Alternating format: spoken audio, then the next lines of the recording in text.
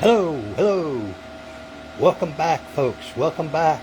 This is Mike from Mike's Magic Auto Detailing and Paint Enhancement here in a semi-sunny day in Sharpsburg, Georgia. Yep, Sally's been happy. She's been sitting inside the last day or so, pretty much. She's nasty dirty. She was sitting outside the other day when the yard guy came and cut the grass. Got all kind of nasty stuff on her. That's alright, that's alright. Going to reveal to you my new project. Hoping maybe somebody will jump on here in a minute. I believe this is a, folks, 1986, I believe it is. Maybe some of you Chevy truck guys can correct me if I am in error. I believe that's what year he said it is. Oh boy, it's been restored, I guess you would say. Man, oh man. It's got a 383 in it. Holy cow. Look at that. Ooh. Headers. It's carbureted. Ooh-wee. I don't know what that 383 came out of. It sounds pretty bad ass. Ooh. Yeah, but he got caught in the rain, it looks like, a couple of times in it. Man, oh man. Lots and lots of paint. I put the paint thickness gauge on it and went around. It was averaging between 8 and 12 mils. That's a lot of paint, folks. And the clear coat is very soft, which is good news, bad news. Makes it a little easier to correct, which I will be doing some correction. I don't know if I could pick this up. I was rubbing my finger on it right here, right there where that light is. I don't know if y'all can see that. But just rubbing my finger on it. See that right there? Just rubbing my finger on it did that scratching right there. And all I did was lightly rub it. Just lightly rubbed it. That's how soft that clear coat is. And as you can probably tell, you can see there's a lot of micro scratching in this paint. Probably from washing it, I'm sure. It's so dirty, I can't tell really what are scratches and what is dirt and contaminants on the paint. It's difficult to tell. So the first order of business will be, as you might suspect, those of you have been with me before, a strip wash. I'd say 99% of the vehicles I get in here need that. Oh boy. Nice set of tires and wheels. Of course, those aren't stock. I don't believe the motor is stock. I think these came maybe with a 350 or something in them. There again, maybe you truck guys. Frank, if you're out there, Lacuna, my buddy from Wise Guys Garage, and also a friend and a neighbor, he might know. This rubber trim looks to be in really good shape. The windshield's just basically dirty. Once again, I don't see the typical scratching you see from the windshield wiper blades. I don't see it right now. I might see some when it gets clean. Of course, you drive a vehicle at all, these are going to get hammered pretty good. This thing is pretty dirty. Oh Lord. I don't know if I can get down here and show you guys this, but as usual, I checked the tires. I don't know if y'all can tell, but that is some horrible tire coating. It is squishy when I put my thumb on it. That is almost oily. Oh, yuck. Man, I hate it when they put that stuff on tires. It will not cure. That seems to be a petroleum based, because it feels oily when you feel it. And it's had tire sling. You can see where it has slung off on there. Yeah. See it on my fingers there? It's slung off on there.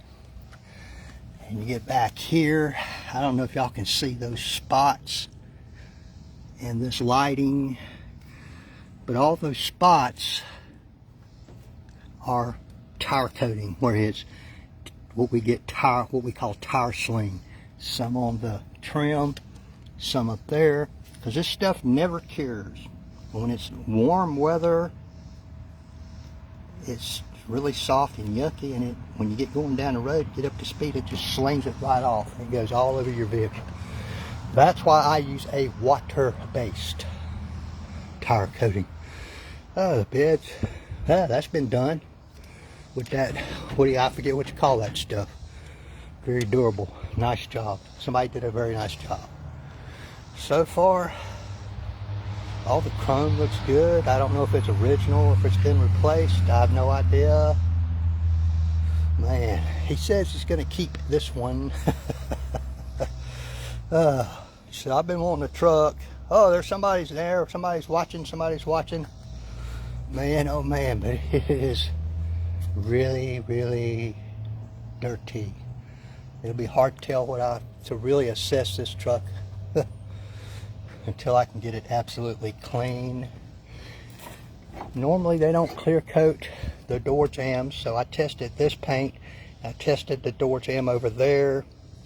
Hey Deborah, and you do the math, you subtract that reading from the door jamb without clear coat from this reading with clear coat, and that gives you an idea of how much clear coat you have to work with, and this truck has a lot. Ah man, yeah, and as you might figure, yeah, the roof is really dirty. Oh boy, oh boy, oh boy. Woo-wee. You see that motor, Deborah? It's a 383. Man, I'm gonna crank it up, I think. Ooh-wee. I may start on this truck here in a little while, Deb. But interior is very, very clean and nice. Nicely done. Man, Lord have mercy. I don't know how many miles is showing on it. 97,000 and something, but I don't know if that's original miles. I don't know how long this motor's been in here, none of that. But it's nice. Air conditioning, all that stuff. Oh boy, listen to that bad boy run. Oh my.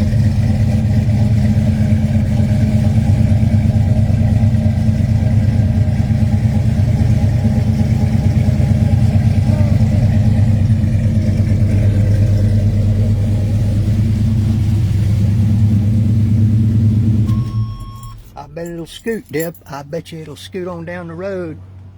Ooh wee. Man. But that's what I'm going to be working on here probably for about a week. I love it, I love it, I love it. Man. Holy cow. Is that nice, Deborah, or what? Are you in states, as they say, Deborah? Or are you out of the country, or is that top secret stuff? I can't keep up with you, whether you're here or gone. And even when you're back here, you're always gone somewhere. Oh man, but hey, that's what it's all about, right? Enjoying life. And this is what I enjoy. This will be a heck of a project here, folks. All right, but I'm gonna get started. You know what they say, like, tag, share, follow, subscribe, all that stuff. They say it helps me out. But I do these mainly for the customers and for those people who might be interested in what I'm doing. Not that it's all that interesting to many people. Oh boy, but I'm gonna get started doing what we call a strip wash, Deborah, with that gunky tire coating that's on these tires, that petroleum based junk. Man, don't buy that stuff, folks. Please don't buy it. Get you some water-based. It will cure very quickly, within an hour. and it won't sling all over the side of your car, and it won't look all greasy, nasty, and super shiny. And some of that water base, you can make it shiny if you want to. If you like real shiny tires, I don't. I like kind of a dull, semi-gloss shine to them, but nothing real shiny. I mean, it's not paint, for crying out loud. Oh boy, oh boy, oh boy. Oh man. But there again, Deb, I'll have to be very careful of these ridge lines, character lines as some people called them. Got some little narrow spaces here that'll require getting the little buffers out. Narrow space right here on the front of the hood. This character ridge in the middle of the hood, it's pretty typical. You got to be careful of that ridge right there. The paint typically is much thinner here than it is over here, or even here sometimes, because when they spray it, gravity takes effect and it flows away from the ridge. So they tell me. And it's typically thinner here, and if you're not careful, you can burn through it. Even just hand rubbing it, you can burn through it sometimes. Oh boy, oh boy, oh boy. Lots of little narrow spaces. Yeah, like this here, with this little curve here, Deborah, that's going to take a little 2 or 3 inch buffer, and even this right here, because that's a little over 3 inches. I think so. I'll probably use a 3 inch there, also a 3 inch here. You know, you get out here in the middle of this, you can use a 5 inch or even a bigger one if you so choose. But I would not. Some people just, they grab a buffer, a 5 inch or an 8 inch, boy, and they just take off. And they turn it up on edge trying to get all these little spaces. That's risky behavior. Unless you are really super talented.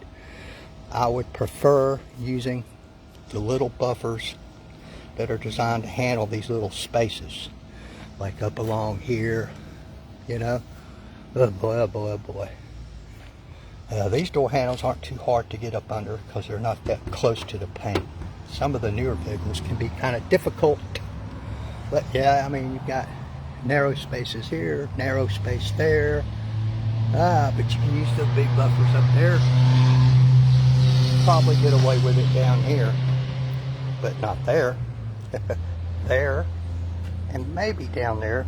It looks wide, and it is, but it's got that curve to it. So sometimes flat, it's not, it looks flat, but it's not really flat. And you want as much of the pad on the paint as you can get. As they say, keep your pad as flat as possible. And whenever I find my combination, I'm hoping I can do this in a one step, because this clear coat is so soft. And I will probably use a orange Lake Country pad, or maybe even a black one, a super soft one. And I'll try 2 or 3 different polishes to see which one does the best and achieves the results I'm looking for. I will not be chasing perfection. You just don't. Although this is a restored truck, you know, black paint and all that. I don't have access to the painter. I don't know what kind of paint was put on it, what quality paint. Although it looks like it's pretty good, you still have to be very cautious. And I'll be doing some test spots, probably down low somewhere, to see what combination, because all these polishes, Deborah, are what we call pad dependent. You can try the same polish in 2 or 3 spots with different pads, and you will get different results, because as they say, they are pad dependent. I saw one video, Deb, high profile guy, he actually tried polishing with hand lotion and a, you know, pretty aggressive pad, and it did improve it to some degree, but not what a good quality polish would have done. He tried a couple different grade pads and got different results. So I mean, you know, but just goes to show you, hell, you can polish with water if you want to. All right, folks, I'll catch y'all later. Thank you so much for taking time out of your busy days and dropping by. Appreciate you.